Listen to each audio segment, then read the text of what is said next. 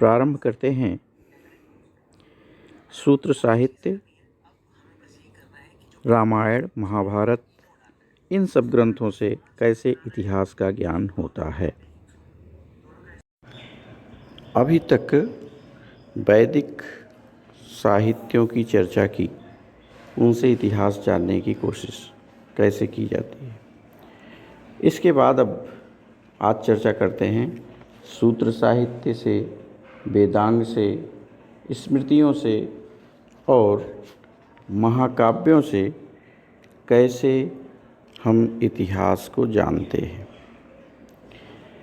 सबसे पहले सूत्र साहित्य पे आते हैं। सूत्र का मतलब ही है कि जैसे फार्मूला हम गणित में देखते हैं या दूसरे में देखते हैं, किसी भी विषय में छोटा सा फार्मूला होता है, उससे बड़े बड़े सवाल हल किए जाते हैं। वैसे ही सूत्र साहित्य भी छोटे सारगर्भित वाक्य हैं जिनसे बहुत सारी जानकारी मिलती है। सूत्रों में कल्प सूत्र प्रमुख माना गया है और इस कल्प सूत्र को 3 भागों में बांटा गया है: स्रोत सूत्र, गृह सूत्र और धर्म सूत्र। स्रोत सूत्र की चर्चा करें, इसमें मुख्य रूप से अनुष्ठान और कर्मकांड की विवेचना मिलती है। यह ब्राह्मण ग्रंथों की अपेक्षा थोड़ा अधिक पूर्ण और व्यवस्थित रूप से प्रस्तुत है। स्रोत सूत्रों में बौधायन स्रोत्र सूत्र, भरद्वाज स्रोत्र सूत्र, कात्यायन स्रोत्र सूत्र, बहुत सारे स्रोत्र सूत्र आते हैं। इन स्रोत सूत्रों में हमें उनके माध्यम से तत्कालीन समाज व्यवस्था, अर्थव्यवस्था, राजनीति व्यवस्था की जानकारी हो जाती है। यहाँ हम देख रहे हैं जैसे कल्प सूत्र, इसमें स्रोत सूत्र, धर्म सूत्र, गृह सूत्र और सुलभ सूत्र भी जोड़ा जाता है। यह सुलभ सूत्र एक अलग। इन सब में हम देखते हैं कि हमें लगभग वही सब जानकारियाँ मिलती हैं। अब हम गृह सूत्रों की बात करें। गृह सूत्र में दैनिक जीवन से जुड़े संस्कार, दायित्व, अनुष्ठान, उपासना, इन सब के नियम दिए गए हैं और इन गृह सूत्रों से हम इनके बारे में बहुत सारी जानकारी प्राप्त करते हैं। जैसे वराह गृह सूत्र, आपस्तम्भ गृह सूत्र, सांख्यायन गृह सूत्र, गौतम धर्म सूत्र। ये धर्म सूत्र जितने भी हैं, ये किसी न किसी ऋषि ने लिखा और उन्हीं के नाम पर ये धर्म सूत्र कहलाए। तो धर्म सूत्रों की अपनी स्थिति। अब हम गृह सूत्रों की तुलना में धर्म सूत्रों की संख्या थोड़ा कम है, लेकिन धर्म सूत्र सामाजिक संस्थाओं के बारे में, जहाँ वर्ण व्यवस्था, आश्रम विवाह, शिक्षा इत्यादि और पारिवारिक जीवन तथा आर्थिक गतिविधियों, विशेष करके हम कहें कृषि, पशुपालन, उद्योग, व्यापार, राजनीतिक जीवन, दंड व्यवस्था, चाहे वो दीवानी हो, आपराधिक हो, यानी दीवानी या फौजदारी हो, और इन सब का उल्लेख इसमें किया गया है। तो हम इनका इतिहास अच्छे से जान लेते हैं। आगे बात करते हैं वेदांगों की। वेदांग, यद्यपि इन्हें वेदांग कहा गया, वेद का अंग, लेकिन ये अपौरुषीय नहीं है। ये अपौरुषीय यानी किसी पुरुष की रचना नहीं मानी गई है जैसे वेदों को, वैसा इसमें नहीं है। वेदांग हैं जिनसे हम वैदिक साहित्य को अच्छे से समझ सकते हैं। वेदांग के माध्यम से ही हम अपने संस्कृत साहित्य को, वैदिक साहित्य को अच्छे से जान सकते हैं।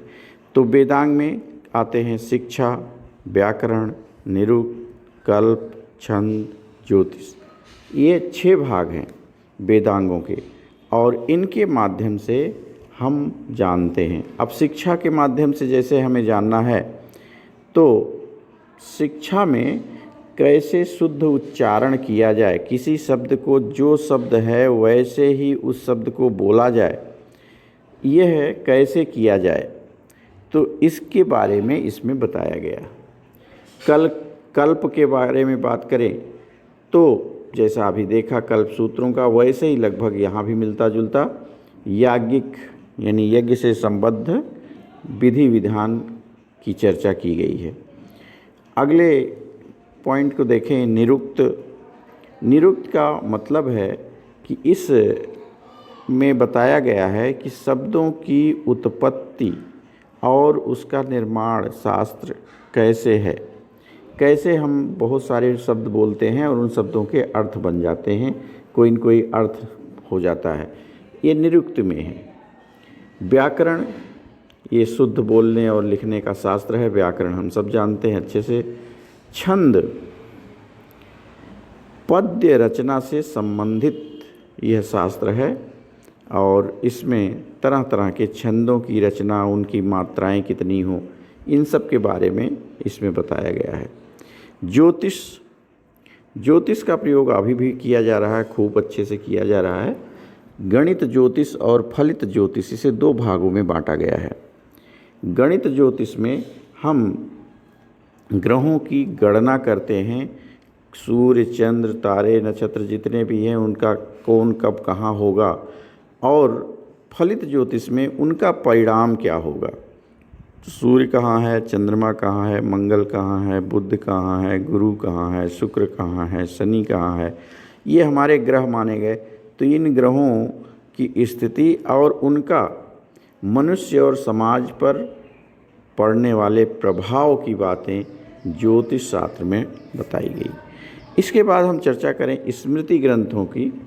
ये स्मृति ग्रंथ बहुत सारे हैं, जैसे कि आप देख सकते हैं, मनुस्मृति, याज्ञवल्क्य स्मृति, विष्णु स्मृति, कात्यायन स्मृति, बृहस्पति स्मृति, पराशर स्मृति, गौतम स्मृति, वशिष्ठ स्मृति, व्यास स्मृति, नारद स्मृति, देवल स्मृति, बहुत सारी स्मृति ग्रंथ लिखे गए। ये सूत्र साहित्यों के बाद लिखे गए। स्मृतियों को भी धर्मशास्त्र ही कहा जाता है। स्मृति या धर्मशास्त्र के अंतर्गत हर व्यक्ति के व्यक्तिगत, पारिवारिक, सामाजिक, धार्मिक संदर्भ के माध्यम से नियमबद्ध और शास्त्रोक्त ढंग से करने का प्रयास किया गया। स्मृतियों में एक एक श्लोक में बहुत सारी बातें कह दी गई हैं, और उन गूढ़ बातों को अगर हम समझ लें तो हमारा जीवन नैतिक और धार्मिक आचरण से परिपूर्ण होगा, समाज स्वस्थ होगा। इसकी चर्चा स्मृतियों में है। स्मृतियों में सूत्र साहित्य, विशेष करके धर्म सूत्रों की परंपरा और विषय वस्तु का ही विस्तार किया गया है। तो स्मृतियाँ जितनी भी हैं उनके बाद हम सूत्र साहित्य देखते हैं। सूत्र साहित्य में होता है, प्रमुख स्मृतियों में सब में हमें नैतिकता की बातें, धार्मिकता की बातें, सामाजिकता की बातें, राजा के कर्तव्य, प्रजा के कर्तव्य, आपस के संबंध उनके, इन सब की चर्चा इसमें की गई है। तो स्मृतियाँ इसलिए हमारे राजनीतिक, सामाजिक, धार्मिक, आर्थिक, सांस्कृतिक जितने भी हमारे पास हैं, सब इतिहास के लिए बहुत महत्वपूर्ण हैं। अब हम बात करें महाकाव्यों की। विश्व के प्राचीनतम महाकाव्य हमारे पास उपलब्ध हैं। महाकाव्यों में हम जानते हैं कि दो महाकाव्य सर्वाधिक प्रसिद्ध हैं, एक रामायण और दूसरा महाभारत। इसमें कई बार विवाद करते हैं कि रामायण पहले लिखा गया कि महाभारत, लेकिन सामान्य तौर पर यह सिद्ध है कि रामायण पहले लिखा गया और महाभारत बाद में लिखा गया। अब हम बात करें कि जो लिखा गया, वाल्मीकि महोदय ने, हमारे बहुत बड़े सृष्टि के ज्ञाता, बहुत बड़े विद्वान ऋषि, लव कुश को पालने वाले और भूत वर्तमान भविष्य सब जानने वाले थे। इन्होंने लिखा। रामायण और महाभारत दोनों में अगर हम कहें तो सांस्कृतिक इतिहास की सामग्री बहुत अधिक है। सांस्कृतिक यानी हम पूरे परिवार के बारे में, समाज के बारे में, राजनीति के बारे में और उस समय के गीत, संगीत, कविता, कहानियाँ, सब कुछ हम उसमें जान लेते हैं कि कैसे लोग रहते थे। अब हम कहें महाभारत एक ऐसा ग्रंथ है जिसमें सब कुछ दिया गया है, सब कुछ का विवरण है। सब कुछ मतलब समाज में जो कुछ भी है उसका विवरण वहाँ मिलता है। इसमें खुद महाभारत में कहा गया है, धर्मे च अर्थे च कामे च मोक्षे च भारतर्षभ यदि हास्ति तदन्यत्र यन्ने हास्ति न तत्क्वचित। यानी धर्म, अर्थ, काम, मोक्ष, सब जगह जो कुछ भी है और वह सब इस महाभारत में लिख दिया गया है। कोई ऐसी चीज़ बाकी नहीं बची जो महाभारत में न लिखी गई हो। सब कुछ महाभारत में है, तो सब कुछ हमें प्राप्त होता है। उस समय के सारी बातें, हमें जानकारी जितना हम जानना चाहें, अच्छे से अच्छे, बुरे से बुरे कर्म करने वाले, नैतिक से नैतिक, धार्मिक से धार्मिक, हर व्यक्ति के बारे में हम जान सकते हैं। उनके उपदेश हम देख सकते हैं, उनके बहुत सारी चीज़ें सजीवता के साथ हम जान सकते हैं कि उस समय कैसे क्या हुआ। ये ध्यान रखना है कि इन दोनों की रचनाएं बहुत पुरानी हैं, लेकिन कब की हैं अभी इनकी डेटिंग नहीं हो पाई है, इनकी तिथिक्रम नहीं निर्धारित हुआ है। हाँ, ये ज़रूर है कि बहुत सारे पुरातात्विक साक्ष्यों से हमें पता चल गया कि अयोध्या कहाँ थी, जनकपुरी कहाँ थी, कुरुक्षेत्र कहाँ है, इंद्रप्रस्थ, हस्तिनापुर, इन सब नगरों का अस्तित्व था, लेकिन वो कहाँ था ये हमारे पता लग गया है। अब हमें इसमें संदेह की बहुत ज़्यादा गुंजाइश नहीं है। तो इस रूप में महाभारत और रामायण हमारे लिए बहुत उपयोगी है। इन दोनों ग्रंथों से तो सारे ही इतिहास लिख सकते हैं, कुछ भी बाकी नहीं बचता। हम बात करें पुराणों की। पुराण लिखे गए महाकाव्यों के साथ। पुराण नाम ही है जिसका मतलब है पुराना। पुराण मुख्य रूप से 18 पुराण माने गए। इनमें मार्कंडेय, ब्रह्मांड, वायु, विष्णु, भागवत और मत्स्य पुराण को सबसे पुराना माना गया। कौन कौन से? मार्कंडेय, ब्रह्मांड, वायु, विष्णु, भागवत और मत्स्य पुराण। बाकी रचनाएं बाद में की गई। पुराणों में 5 चीज़ें बताई गई हैं। सर्गश्च प्रतिसर्गश्च वंशो मनवंतराणि च वंशानुचरितम चयो पुराणम पंच लक्षणम। पुराण के 5 लक्षण हैं। सबसे पहले उसमें बताया गया है सृष्टि, सर्ग या सृष्टि कैसे हुई पूरे विश्व की, उसके बारे में बहुत सारी बातें बताई गई। प्रतिसर्ग, दूसरा उनमें बताया गया प्रलय के बाद पुनः सृष्टि हुई और वो कैसे हुई, किसने किया। इसके बाद उसमें बताया गया है वंश यानी देवताओं और ऋषियों के वंश वृक्ष उसमें मिल जाते हैं। हमें सभी वंश वंशावली एक तरह से मान कह दें कि उसमें बहुत सारी वंशावली मिल जाती है। इसके बाद उसमें बताया गया मनवंतर। मनवंतर जो हम आज महायुग कहते हैं वही मनवंतर है। मनवंतर के बारे में और फिर वंशानुचरित राजवंशों का क्रमशः इतिहास बताया गया है। कौन सा राजवंश था, कैसे था, और उसमें बहुत सारे हम इतिहास आज इसी से जानते हैं। जैसे हम कहें सातवाहनों के बारे में हमारी बहुत सारी जानकारी इन्हीं से मिलती है। हम गुप्तों की बात करते हैं, उनके भी समय में पुराण लिखे गए, उनकी भी बहुत सारी बात जानते हैं। तो इतिहास की बहुत सारी जानकारी हम इससे पुराणों के माध्यम से जानते हैं।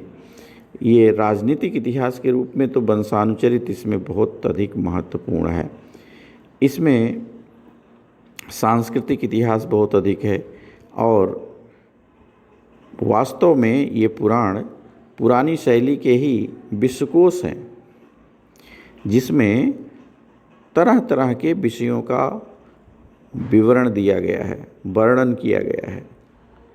पुराणों के अलावा 29 उप पुराण माने गए हैं और वे स्पष्टतः बाद के हैं और इनसे मध्यकालीन इतिहास पर भी हमें काफ़ी प्रकाश पड़ता है। और पुराणों की ऐसी परंपरा चली जिसे न केवल वैदिक धर्म को मानने वाले लोगों ने अपनाया, बल्कि बौद्धों ने भी और जैनों ने भी एक पुराणों की श्रृंखला निकाली और बहुत सारे पुराणों की चर्चा की है। आज हम इसी पर समाप्त करते हैं। अगले वीडियो में हम फिर देखेंगे इतिहास जानने के अन्य साधन, उसमें हम चर्चा करेंगे।